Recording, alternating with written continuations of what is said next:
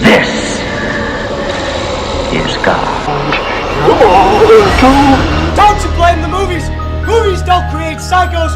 Movies make psychos or create God! Because you were home. What's going on, guys? Welcome back to this year's Halloween Spooktacular. We are winding down here. We only got a couple days left. Today, I'm going to be talking about A Nightmare on Elm Street 2, Freddy's Revenge, the sequel to A Nightmare on Elm Street. This time, it takes place 5 years after the events of the original film. Nancy Thompson has since moved out of her house on 1428 Elm Street. A new family has moved in.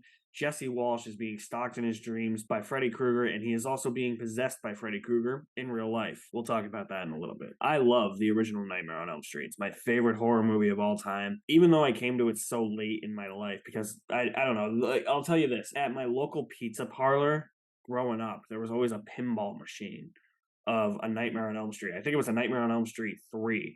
And just the red color scheme creeped me out, man, as a kid. So I had always stayed away from A Nightmare on Elm Street for the longest time until I came to it for the first time for a few years ago. And I just fell in love with that movie. It's been an October staple for a few years now. Every year I watch it, at least in the middle of October or close to the end.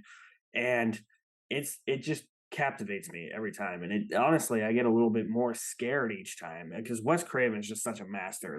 I think that's the problem with A Nightmare on Elm Street 2. You don't have that Wes Craven touch. Wes Craven hated the script, and the script is a bit of a mess because at least, like, even if Nancy isn't that interesting of a character in the first one, at least you still had almost every scene with tension, dealing with Freddy Krueger or the consequences of what's going to happen if these kids fall asleep and Freddy Krueger kills them in their dreams. This one more gets off to such a slow start for me. Even though it's really short, and it does feel really short, it doesn't fuck up the pacing, but it does feel really dull because you're following Jesse Walsh, who's the kid who just moved into Nancy Thompson's old house. It just seems like you're just going through the motions of like angsty teenager stuff with him. He's being constantly told by his father to clean his room and unpack all the boxes because they just moved in. He's getting berated by his high school coach. He's having dreams about Freddy Krueger. He's being possessed by Freddy Krueger. That's the stuff that's kind of interesting, but when it's actually him being bullied and dealing with, you know, his home life and all that, that's where I'm more so not interested in this movie. It takes such a major step back from what made the first one great. And that's a shame. The idea of Freddy Krueger possessing people, I'm not a fan of it. It happens later on in the series as well, but what makes Freddy Krueger so scary to me is the fact that he's a spirit who inhabits your dreams. He kills you in your dreams, he kills you in real life. That's the consequence. You die in your dream, then you get killed in real life by the spirit of Freddy Krueger. That's what makes him so terrifying, not possession. I don't like the idea of his spirit possessing somebody in the real world, even though Robert Englund is so good. For me, what makes the possession fall even flatter in this movie for me is that you will see there's the scene in the movie where Jesse as Freddy Krueger, like you see him as Freddy Krueger going up to his sister ready to kill her. He's got the glove with the knives on, and then it'll be a shot of Freddy, and then it'll cut back and it'll just be a shot of Jesse with the glove knives, and then it'll just be Mark Patton talking in his regular voice instead of Robert Englund.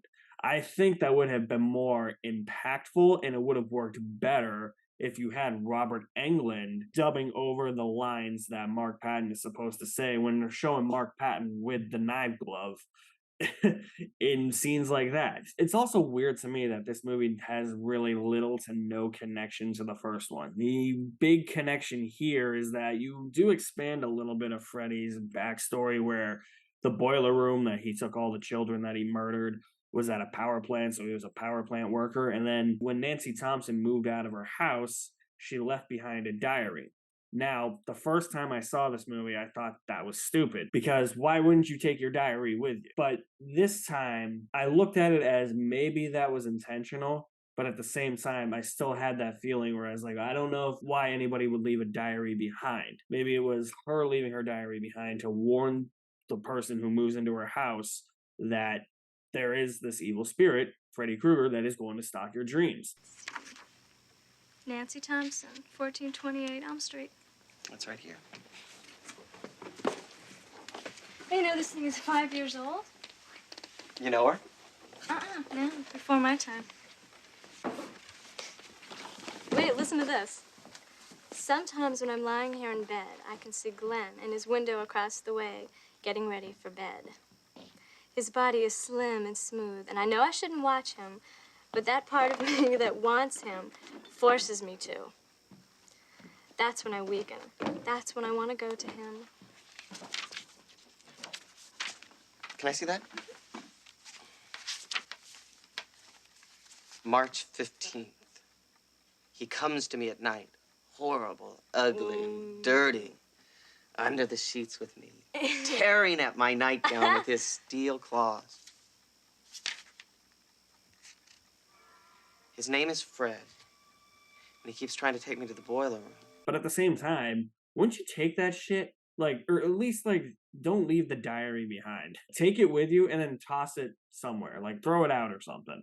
So that's really the only connection you have here to the original Nightmare on Elm Street. I think this would have benefited more if Dream Warriors, the third movie, was the second movie and you brought Nancy Thompson back. I think having Dream Warriors be the second movie and this one maybe being the third or fourth movie, I think could have worked better sequentially. At least Dream Warriors feels like it's connected because they bring Nancy back and you're dealing more with repressed dreams like that. This one, it just doesn't feel like there's enough of a crux that to rely on the first one. And I get you probably shouldn't have to. It just feels like its own self-contained thing. It doesn't feel like it's trying to do much. And the ideas that they have are really recycled from the first one. Even though some of the special effects are good, like when Freddy comes bursting out of Jesse's stomach, I think that that's a really great special effect.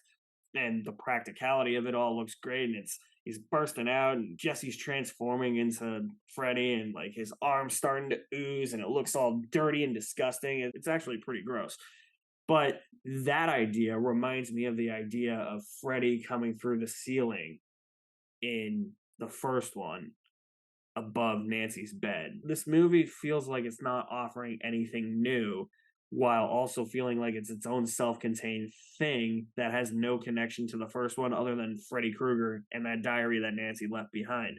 It just feels like it's recycling ideas from the first one. I'm not a big fan of the whole pool scene at the end either. I'm like, these people are so much bigger than Freddy. He doesn't stand a chance against them. But Robert Englund is so good in this movie. He's always going to be really good as Freddy Krueger. He is Freddy Krueger. This is the role that made Robert Englund an iconic horror icon. He talks a little bit more in this. They show him a little bit more in this. I think he's more effective when they don't show him all that much, but this is kind of where Freddy Krueger starts a little bit more of the jokes and have a little bit more sarcasm to him. I can live with that stuff. I just don't show him as much. He doesn't do as many cool things either. Because remember in the first one where he shows up with Tina and his arms stretch all out and he runs like that, you know, that was freaky. Or he cuts his fingers off and he's like, that's it.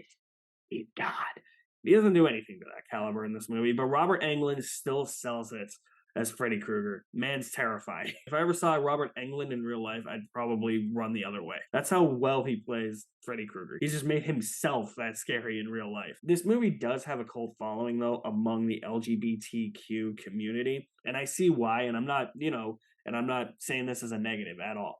I think that there are subtle themes of repressed sexuality in this movie. At the time, this was deemed, quote unquote, the gayest horror movie ever, and there are definitely homoerotic themes. And I gotta give the movie credit for being ahead of its time in that regard. It's more subtle in context. They're definitely there. When Jesse goes into a gay bar, he sees his coach there. In the shower, the coach is getting whipped by Jesse, possessed by Freddy Krueger.